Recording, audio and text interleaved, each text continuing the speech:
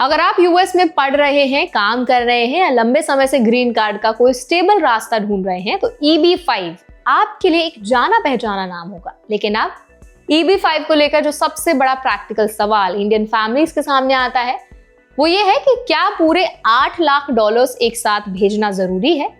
तो आज इस वीडियो में हम इसी सवाल को डिटेल में समझेंगे और जानेंगे कि पार्शियल या स्टैगर्ड EB-5 पेमेंट्स कैसे इंडियंस के लिए एक स्मार्ट और रियलिस्टिक अप्रोच हो सकती है ग्रीन कार्ड तक की। पार्शियल EB-5 इन्वेस्टमेंट असल में होता क्या है और ये लीगल कैसे है, इंडियन इन्वेस्टर्स के लिए प्रायोरिटी डेट और वीजा कैटेगरी को अभी लॉक करना क्यों इतना इंपॉर्टेंट है, इस रूट में क्या रिस्क है और इंडियंस को किन बातों में ज्यादा केयरफुल रहना है। तो चलिए फिर जल्दी से वीडियो को स्टार्ट करते हैं।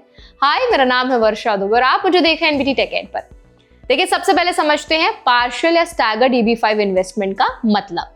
तो सिंपल शब्दों में कहें, इसका मतलब ये नहीं है कि इन्वेस्टर पूरे $8 लाख पहले ही दिन भेज दे। EB-5 रूल्स ये अलाउ करते हैं कि इन्वेस्टर तब भी पिटिशन फाइल कर सकता है जब एक मीनिंगफुल फर्स्ट ट्रांस इन्वेस्ट हो चुका हो और बाकी अमाउंट को लेकर एक क्लियर बाइंडिंग कमिटमेंट मौजूद हो। EB-5 कानून ये नहीं कहता कि फाइलिंग के दिन हर डॉलर इन्वेस्ट होना ही चाहिए। रूल ये कहता है कि कैपिटल ऑलरेडी इन्वेस्टेड हो गया, in the processing of being invested हो और इन्वेस्टर पर लीगली इन्फोर्सेबल ऑब्लिगेशन हो कि पूरा रिक्वायर्ड अमाउंट इन्वेस्ट किया जाएगा। यानी सिर्फ ये कहना कि फ्यूचर में पैसा भेज देंगे काफी नहीं होता। जो पैसा अभी नहीं भेजा गया है उसके लिए साइंड लीगल डॉक्यूमेंट्स और पेमेंट कमिटमेंट्स आपको करनी होती हैं। इंडियन फैमिलीज में जो स्ट्रक्चर अक्सर देखने को मिलता है वो काफी प्रैक्टिकल होता है। इन्वेस्टर आमतौर पर $2 लाख से $3 लाख का initial trans new commercial enterprise या रेगुलेटेड एस्क्रो में ट्रांसफर करता है। उसी समय investor private placement memorandum, partnership या LLC अग्रीमेंट और एक डिटेल्ड पेमेंट शेड्यूल या साइड लेटर साइन करता है। इस डॉक्यूमेंट में साफ लिखा होता है कि कितना पैसा बाकी है, हर इंस्टॉलमेंट कब ड्यू है और अगर इंस्टॉलमेंट समय पर नहीं दी गई तो क्या कॉन्सिक्वेंसेस होंगे। जब इनिशियल ट्रांस फंडेड हो जाता है और बाकी ऑब्लिगेशन प्रॉपर्ली डॉक्यूमेंटेड होती है तब immigration lawyer form I-526E file करता है। इसके बाद रिमेनिंग अमाउंट आमतौर पर 2 से 4 इंस्टॉलमेंट्स में लगभग 6 से 12 महीनों के अंदर कंप्लीट किया जाता है।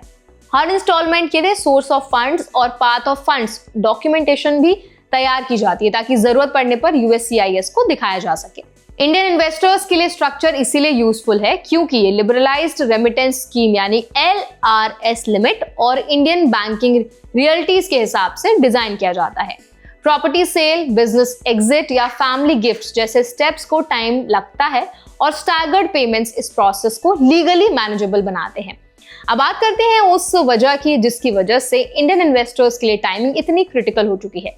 EB-5 में आपका प्रायोरिटी डेट वही डेट होती है जिस दिन USCIS को आपका प्रॉपरली फाइल्ड I-526E मिलता है।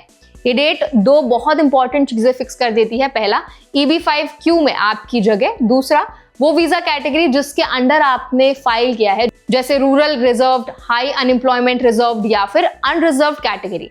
आज की सिचुएशन में रिजर्व कैटेगरीज खासकर रूरल और हाई अनएम्प्लॉयमेंट प्रोजेक्ट्स इंडिया के लिए करंट हैं। इसका मतलब है कि इन कैटेगरीज में वीजा नंबर्स अभी अवेलेबल हैं। दूसरी तरफ अनरिजर्व कैटेगरी में इंडियंस के लिए ऑलरेडी बैकलॉग बन चुका है।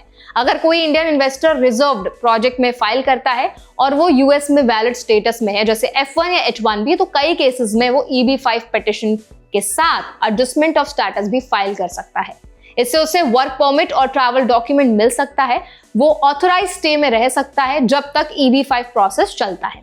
इसके अलावा एक रियलिस्टिक टाइमलाइन भी है। रिफॉर्म एंड इंटीग्रिटी एक्ट के तहत जो इन्वेस्टर्स एक तय डेट में 2026 से पहले फाइल कर देते हैं उन्हें ग्रैंडफादर प्रोटेक्शन मिलता है। इसका मतलब यह है कि अगर फ्यूचर में कांग्रेस EB-5 प्रोग्राम में कोई बड़ा चेंज करती है या रीजनल सेंटर पार्ट को पॉज भी कर देती है तब भी इन फाइल्ड केसेस को प्रोसेस किया जाना होगा।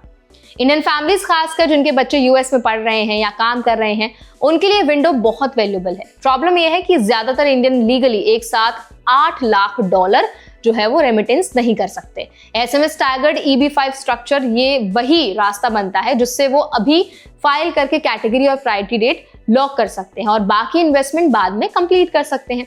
लेकिन यहाँ रिस्क को समझना उतना ही जरूरी है। पार्शियल EB-5 मॉडल डिसिप्लिन को खत्म नहीं करता बल्कि डॉक्यूमेंटेशन की इंपॉर्टेंस और बढ़ा देता है। USCIS ये देखता है कि केस अप्रूवल व्हेन फाइल्ड था या नहीं। अगर अपफ्रंट पेमेंट बहुत छोटा है और बाकी अमाउंट के लिए कोई स्ट्रॉन्ग लीगल ऑब्लिगेशन नहीं है तो रिक्वेस्ट फॉर एविडेंस या डिनायल का रिस्क रहता है। कुछ रिजर्व कैटेगरीज में I-526E एडजुडिकेशन पहले से तेज हो रही है। अगर ऑफिसर ने केस अर्ली उठा लिया और उस समय तक पूरा कैपिटल इन्वेस्ट या प्रॉपर्ली डॉक्यूमेंटेड नहीं है तो प्रॉब्लम खड़ी हो सकती है। इसी तरह एडजस्टमेंट ऑफ स्टेटस को डिले करना भी रिस्की हो सकता है क्योंकि कैटेगरी लेटर रेट्रोग्रेस हो सकती है। स्ट्रक्चरल रिस्क तीसरा बड़ा एरिया है। अगर स्टैगर्ड मॉडल सिर्फ मार्केटिंग टूल की तरह यूज किया जा रहा है जहां लेटर इंस्टॉलमेंट को स्किप करना आसान है या लोन स्ट्रक्चर EB-5 रूल्स के अगेंस्ट है तो ये IA-29 स्टेज पर सीरियस ट्रबल बन सकता है। जॉब क्रिएशन और फुल इन्वेस्टमेंट प्रूफ दोनों वही फाइनल टेस्ट होते हैं। इसलिए इंडियन इन्वेस्टर्स को कुछ बेसिक सेफगार्ड्स पर इंसिस्ट करना चाहिए। पेमेंट शेड्यूल लॉयर ड्राफ्टेड होना चाहिए क्लियर कॉन्सिक्वेंसेस के साथ। फंडिंग टाइमलाइन रियलिस्टिक होनी चाहिए। LRS और बैंकिंग रूल्स को ध्यान में रखकर हर ट्रांजैक्शन के लिए सोर्स और पाथ ऑफ फंड्स का क्लियर प्लान होना बहुत इंपॉर्टेंट है। और सबसे जरूरी इंडिपेंडेंट EB-5 इमिग्रेशन काउंसिल को पूरी स्ट्रक्चर रिव्यू करनी चाहिए। तो आई होप ये वीडियो आपके लिए हेल्पफुल रहा होगा। अगर वीडियो आपको अच्छा लगा हो, हेल्पफुल लगा हो तो उसको जरूर लाइक करें, शेयर करें। ऐसे और भी वीडियोस के लिए, अपडेट्स के लिए, इन्फॉर्मेशन के लिए हमारे चैनल NBT Tech Ed को भी जरूर सब्सक्राइब करें।